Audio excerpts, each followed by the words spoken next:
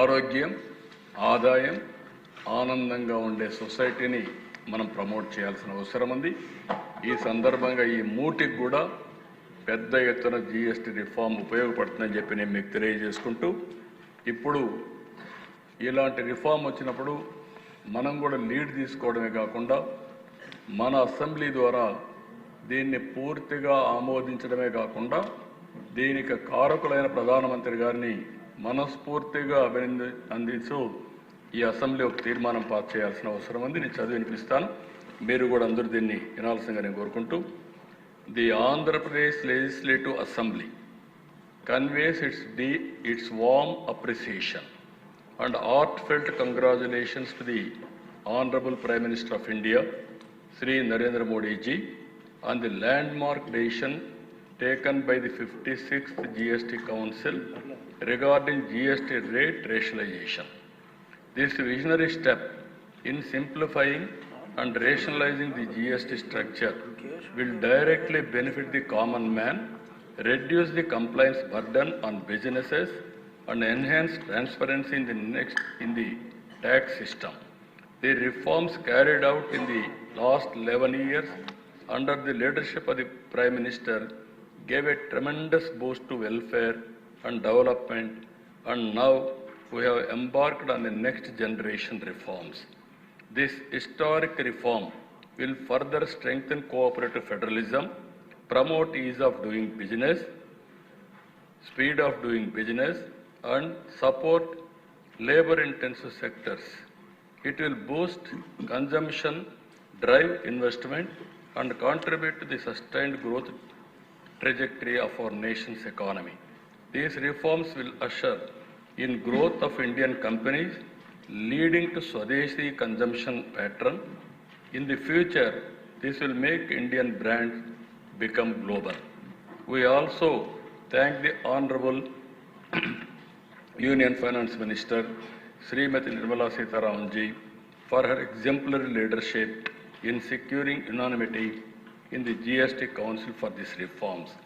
The Andhra Pradesh Legislative Assembly warmly welcomes this reform and extends its full support in its successful implementation for a greater good of the people and economy.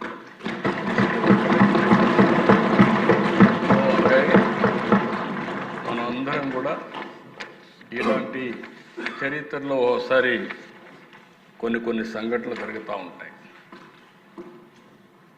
కొంతమంది చరిత్రలో జరిగే సంఘటనలు అర్థం చేసుకోలేరు, కొంతమంది దాన్ని సహకరించలేరు. ఆ పరిస్థితుల్లోనే ఈరోజు అపోజిషన్ పార్టీ ఉంది. ఈరోజు మనం ఒకసారి చూస్తే ఏ రాజకీయ పార్టీ అయినా ఒక బాధ్యతగా ప్రవర్తించాల్సిన అవసరం ఉంది. ఎందుకు నేను ఈ మాట వాడుతున్నానంటే, చరిత్ర అనేది ఒకరితో రాలేదు, ఒకరితో ముగిసే పరిస్థితి రాదు. సమాజ హితం కోసం రాజకీయ పార్టీలు ప్రజల పక్షాన్ని ఎప్పటికప్పుడు వాళ్లకు చేతనైనంత వరకు సహకరించాల్సిన బాధ్యత ఉంటుంది. ఈరోజు ఇలాంటి ఒక బ్రహ్మాండమైన రిఫార్మ్ ఈ దేశంలో వస్తూ ఉంటే, ఈ రిఫార్మ్ను అర్థం చేసుకుని దాన్ని సహకరించాల్సింది పోయి అసెంబ్లీకి రాలేదంటే వాళ్ళ దురదృష్టం, వాళ్ళకు ఎవరికి అర్థం కాదు. నేను ఇక్కడుండే ఎమ్మెల్యేలందరినీ కోరుతున్నా, ఎమ్మెల్యే అనే వ్యక్తి అసెంబ్లీ ద్వారా ప్రజా సమస్యల్ని రేజ్ చేయడమే కాకుండా భవిష్యత్తులో ప్రజలు ఏ విధంగా ఉండాలి అనేదానికి పాలసీలు నిర్దేశించాల్సిన బాధ్యత మనందరిపైన ఉంటుంది. మీరు గుర్తుపెట్టుకోవాల్సిన దిశ, ప్రధానమంత్రి గారు 11 ఏళ్లలో 10వ లార్జెస్ట్ ఎకానమీ నుంచి 3వ లార్జెస్ట్ ఎకానమీకి తీసుకొస్తారు. ఇప్పుడు 4వ లార్జెస్ట్, రేపు 3వ లార్జెస్ట్కి వస్తారు. అదే మరిగా ఆయనకు ఒక ఎయిమ్ కూడా ఉంది, నెంబర్ 2 కావాలి, నెంబర్ 1 కావాలి. ఒక పబ్లిక్ పాలసీ ఎంత పవర్ఫుల్ అంటే 95 ప్రాంతంలో మనం నాలెడ్జ్ ఎకానమీకి ప్రాధాన్యత ఇస్తే, ఈరోజు హైయెస్ట్ పర్ క్యాపిటా ఇన్కమ్కు చిరునామా ఏదంటే తెలంగాణ రాష్ట్రం. మోస్ట్ లివబుల్ సిటీ ఏదంటే తెలంగాణ రాష్ట్రం. ఒక ఐటీ పాలసీ వల్ల మీరు చూస్తే ఈరోజు ప్రపంచం మొత్తం తెలుగు వాళ్ళు వెళ్ళారు. ఎక్కడ తెలుగువాడున్నా నెంబర్ 1 పర్ క్యాపిటా ఇన్కమ్ ఎవరిదంటే తెలుగువాడు సంపాదించే పరిస్థితికి వచ్చారు. ఇవన్నీ 25 సంవత్సరాలు. అలాంటి రిఫార్మ్స్ తీసుకొస్తే తప్ప మనం ఇది సాధించలేము. ఆ రోజు కూడా నన్ను ఎగతాళి చేశారు, చాలామంది ఎగతాళి చేశారు. ఐటీ తిండి పెడుతుందా, ఐటీ ఎందుకు అని ఇది చేశారు. అప్పుడు ఇంజనీరింగ్ కాలేజ్ చేసి ఇంజనీరింగ్ కాలేజ్ ఎందుకు చేస్తావు, ప్రైవేట్ కాలేజ్ ఎందుకు పెట్టాలి, గవర్నమెంటే పెట్టచ్చు కదా, ఇవన్నీ కూడా విమర్శలు వచ్చాయి. ఆ విమర్శలకు నేను కానీ భయపడి ఉంటే ఈరోజు హైదరాబాద్ నమూనా ఉండేది కాదు, తెలుగువాడు ప్రపంచం మొత్తం రాణించేవాడు కాదు. అందుకే ఇలాంటి రిఫార్మ్ని స్వాగతించాలి, లేకుంటే అర్థం చేసుకోవడానికన్నా ప్రయత్నం చేయాలి. ఈ రెండూ లేకుండా పోవడం బాధాకరం.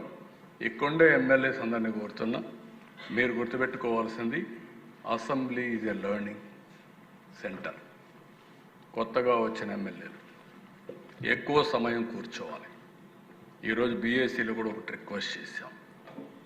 రిక్వెస్ట్ చేసి ఒక నిర్ణయం, ఉదయం 10 to 5, 1 to 2 lunch break, 2 to 5 మళ్ళా సమావేశం అవుతాం.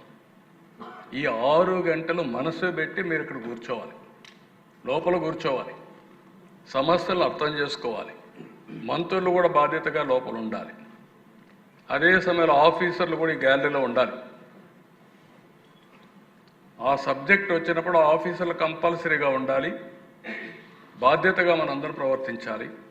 ఈ అసెంబ్లీ ఇక్కడుండే 175 మంది కోసం కాదు, 5 కోట్ల భవిష్యత్తు కోసం, వాళ్ళ సమస్యల్ని పరిష్కారం చేయడం కోసం, అనునిత్యం వాళ్ళ గురించి ఆలోచించే వేదిక. నేను ఒకటే చెప్తున్నా, చట్టసభలు అనేటివి పవిత్రమైన దేవాలయాలు. ఈడ తీసుకునే నిర్ణయాలన్నీ ప్రజాహితం కోసం తీసుకునే నిర్ణయాలు.